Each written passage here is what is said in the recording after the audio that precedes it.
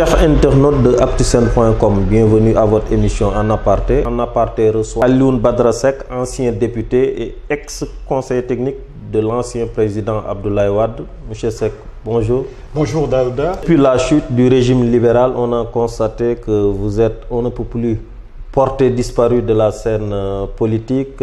Qu'est-ce qui explique ce long mutisme?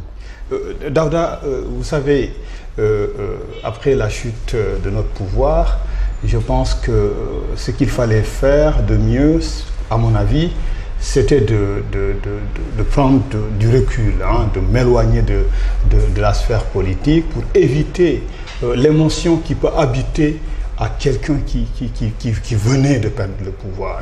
Donc ça c'était pour éviter le manque de lucidité, la sérénité que j'ai revendiquée à l'époque, m'exigeait un tout petit peu de prendre mes distances. Ce que j'ai fait, c'est simplement retourner à là où Abdoulaye Wade m'avait pris, parce que j'étais en France, il avait fait son appel pour que je vienne le soutenir, c'est ce que j'avais fait de façon patriotique, sans condition.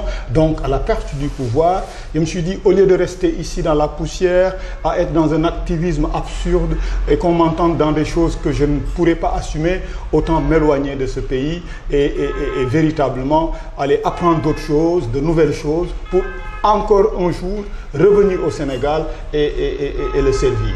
Effectivement, on a appris que depuis quelques mois, vous êtes en train de bouger au niveau de Rufisque. Est-ce que vous pouvez nous en tenir de ce que vous êtes en train de mijoter comme plat? Mais Daouda, c'est une excellente question, parce que le département de Rufisque, quand même, dans la région de Dakar, est un département d'excellence et un département d'avenir. Moi, je suis de Bargny et j'habite aujourd'hui à Sébikotane. Et imaginez-vous, imaginez ce qui se passe entre Bargny et Diamniadio et Sébikotane.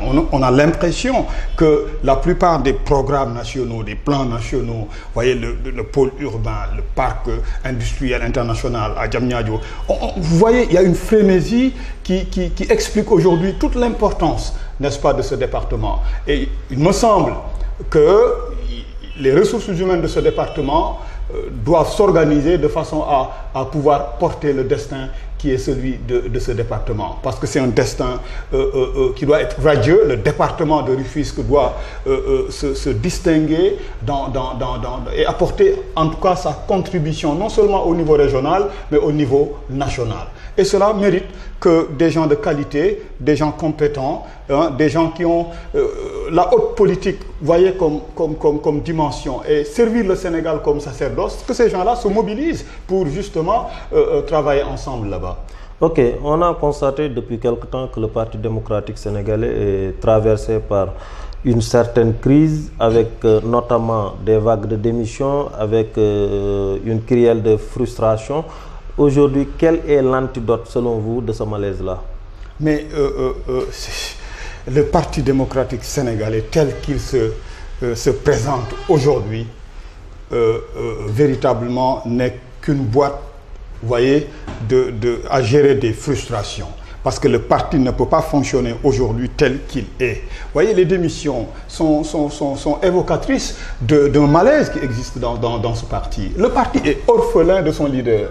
Vous voyez, il y a une génération aujourd'hui, on l'a noté, depuis Fada, Aliou Sow, Khafor, Ablaye, vous voyez, et même ceux qui restent, les tafsirs, aujourd'hui sont caricaturés, parce qu'on a l'impression que justement on a pris des gens qui ne veulent pas bouger, qui manipulent, et qui sont là pour justement préserver des acquis, conserver des acquis, et essayer de manipuler le reste. Qui sont ces gens-là? Moi, je ne vais pas nommer, parce qu'après, on est ils vont se donner le droit de répondre. Non, moi, je pense que le problème est organique dans le parti. Il est structurel. Il faut changer les hommes qui sont à la tête de ce parti. Abdoulaye Wade n'est plus le leader de ce parti. Il est le leader symbolique, certes, formel, mais il n'est pas le candidat, n'est-ce pas, du Parti démocratique sénégalais. Et ceux à qui il a confié le parti, je ne suis pas sûr que ces gens-là soient en phase avec la plupart d'entre nous de notre génération. Moi, je pense qu'il y a des mutations profondes à faire dans le parti, il y a des réformes fondamentales, il y a un changement absolument profond qu'il faut faire. Vous voulez dire que c'est des partisans du statu quo? Absolument. C'est l'immobilisme total. Et il y a même une tyrannie. Il y a un despotisme de parti. Si, ils vont vous dire, oui, la discipline du parti veut que ceci ou cela. Non, moi je pense que ceux-là qu'on taxera d'indiscipline, et moi je le réclame, hein, on peut dire que si je devais rester dans le parti, je serais un militant indiscipliné. Parce que justement, je ne peux pas cautionner que des gens qui nous ont fait perdre le pouvoir, voyez, nous entretiennent encore dans un immobilisme qui n'est plus conquérant. Parce qu'aujourd'hui, l'esprit qu'il nous faut, c'est un esprit de conquête. C'est des gens qui ont été bien formés et qui sont prêts à gérer ce pays. Ils ont été absolument formés à tous les secteurs des affaires publiques. Et ces gens-là, on ne peut pas les entretenir dans la duperie, dans la tromperie, pour garder des fauteuils ou se mettre en position par rapport à des listes législatives. Voyez, regardez, quand on voit ces gens-là qui sont devant, mais par rapport à nous, la plupart d'entre nous, qui n'ont aucun acquis à préserver. Nous n'avons aucun acquis à préserver. Nous n'avons rien à conserver. Nous voulons simplement conquérir le pouvoir pour lequel on a été formé et servir le Sénégal. Mais ces gens-là, ils ne sont pas dans ça. Ils sont dans la préservation des acquis et essayer de revenir un tout petit peu pour consolider leurs acquis. Donc nous n'avons pas le même combat. Pensez-vous également que Maître Abdoulaye Wade devrait lâcher les manettes du parti au profit de l'alternance générationnelle? Si cela était fait, il n'y aurait pas eu de démission ou de vague de démission. Cela aurait rassuré la plupart d'entre nous. Mais que cela se fasse également dans des conditions républicaines, dans des conditions, je dirais, démocratiques. Pas en termes de dévolution à l'interne. Donc la responsabilité lui incombe? En grande partie, malgré le respect indéfectible que je lui dois. Pensez-vous que ceux qui sont aujourd'hui au niveau de la direction nationale du parti ne soient pas les hommes qu'il faut à la place qu'il faut? Je veux parler de Omar Sarr, je veux parler de tout... Si je dois assumer mes propos, je dois vous répondre, mais catégoriquement que ces gens-là ne sont pas à la hauteur des grands enjeux, n'est-ce pas, qui sont de l'heure. Parce qu'il faut des gens éclairés, des gens d'une grande générosité, des gens rassembleurs et des gens d'une qualité exceptionnelle. Et toutes ces qualités-là ne se retrouvent presque pas en eux. Ces qualités-là se retrouvent en Abdoulaye Wade. Abdoulaye Wade était celui-là qui synthétisait, vous voyez, non seulement l'espérance de nous tous, mais parce qu'il s'était adossé sur des grandes valeurs. Ces gens-là, je ne suis pas sûr qu'ils peuvent... Quand vous les accusez de vouloir préserver des acquis, vous faites allusion fondamentalement à quoi? Mais vous savez, des acquis, s'il s'agissait d'acquis immatériels, ok. Mais il ne s'agit pas d'acquis immatériels, parce que nous ne sommes pas sûrs. Notre génération, je le dis, hein, parce que peut-être que j'ose dire les choses, je ne suis pas sûr qu'ils soient plus talentueux que nous, qu'ils soient plus compétents que nous. Par contre, ils ont le bénéfice de l'âge, de l'ancienneté, leur expérience, parce qu'ils ont été ceci dans le gouvernement, ceci, dans cela. Mais en termes de capital immatériel, on n'est pas sûr qu'ils soient en avance sur nous. Les acquis matériels, les actifs qu'ils ont, ils ont acquis un certain nombre de biens, un certain nombre de choses qui font que autant les préserver, voire les consolider et nous prendre pour des fantassins. Vous voyez, de temps à autre, s'ils ont une obole à jeter dans notre sébile, ben, ils le font. Mais nous, je pense que c'est manquer d'ambition que d'entretenir ce genre de relation avec eux. On a été formés à très bonne école.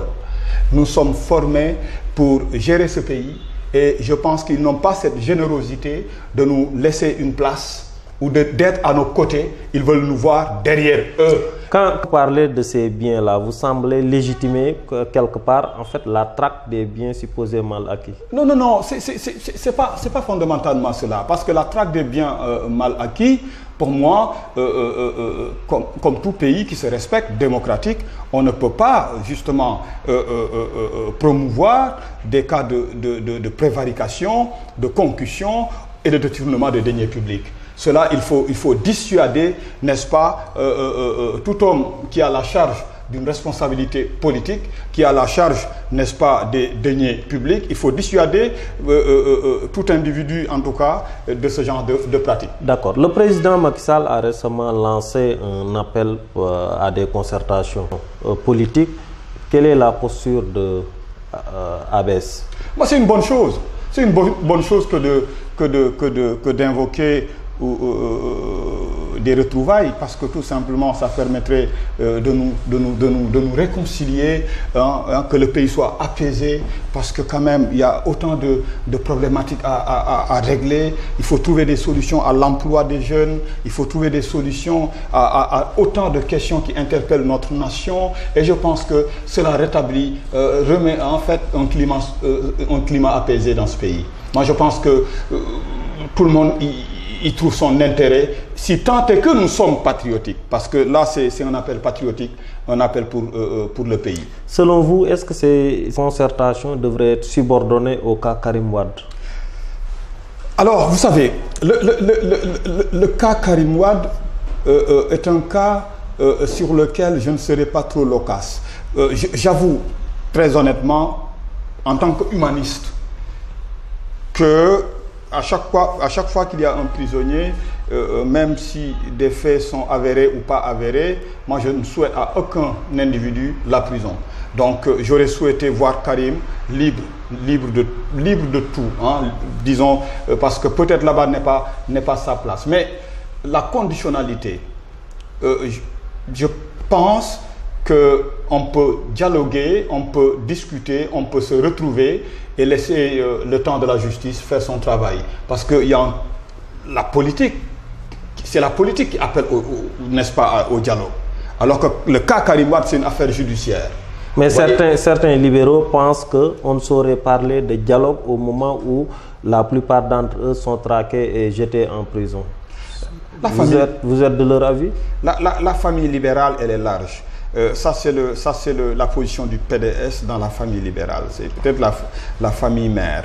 Mais je pense, à mon avis, que Karim doit être libéré, mais que le dialogue, mettre la liberté ou la libération de Karim comme une condition sine qua non, n'est-ce pas, au dialogue, aux retrouvailles, je pense que ce serait un facteur de blocage. On peut dialoguer tout en étant dans la perspective de la libération de Karim.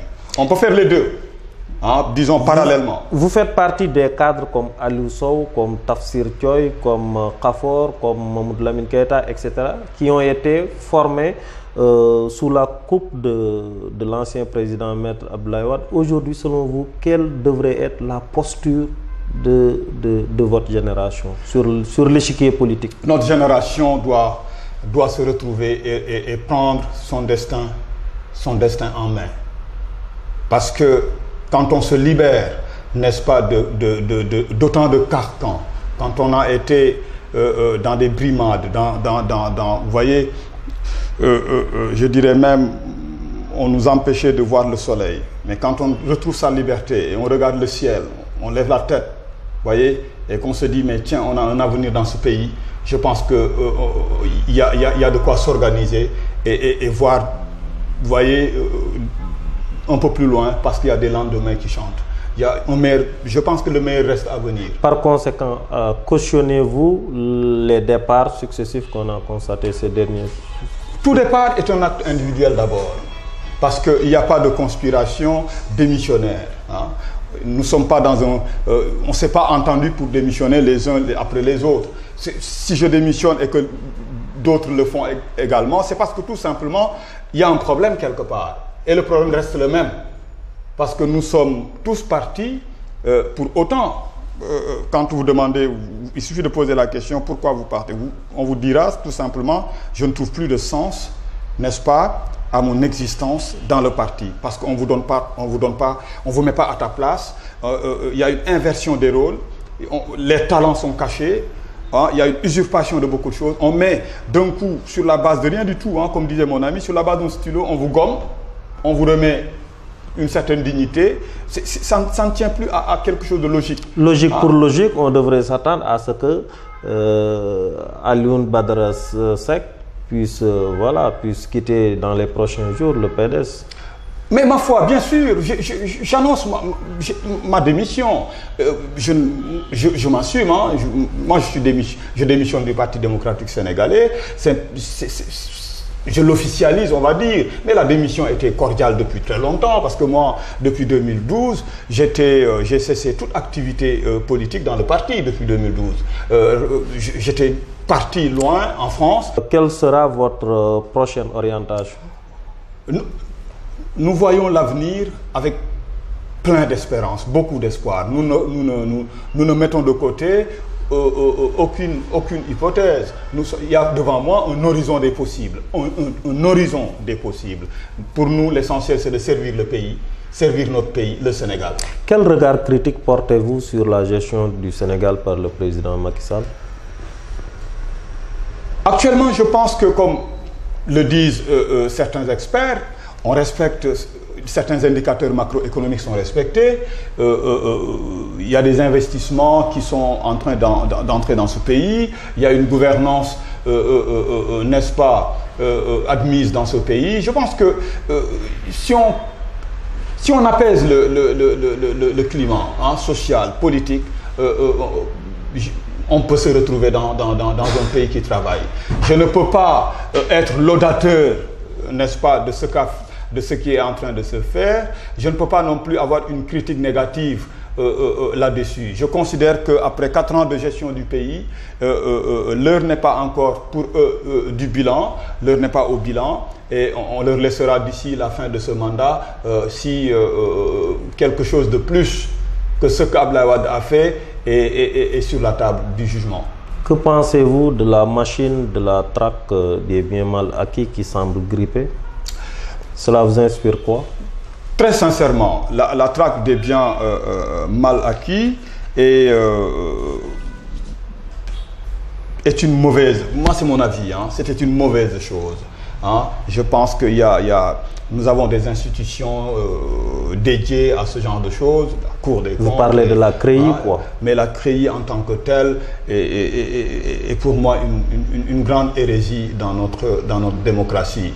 Et cela doit être rectifié. Dans le symbolisme, ce n'était pas mauvais pour dissuader, mais on n'avait pas besoin, disons, de remettre en place ce que le régime de Abdou Diouf avait mis de côté, ce qu'Abdoulaye Wade avait laissé de côté également. Le régime actuel n'avait pas besoin de mettre en place cette institution-là pour justement, je dirais, assainir la question des dépenses publiques et également discipliner les gens sur la gestion des deniers publics. Honorable député, merci d'avoir bien voulu accepter notre invitation. Chers internautes, merci également d'avoir suivi En Aparté. En Aparté vous donne rendez-vous la semaine prochaine.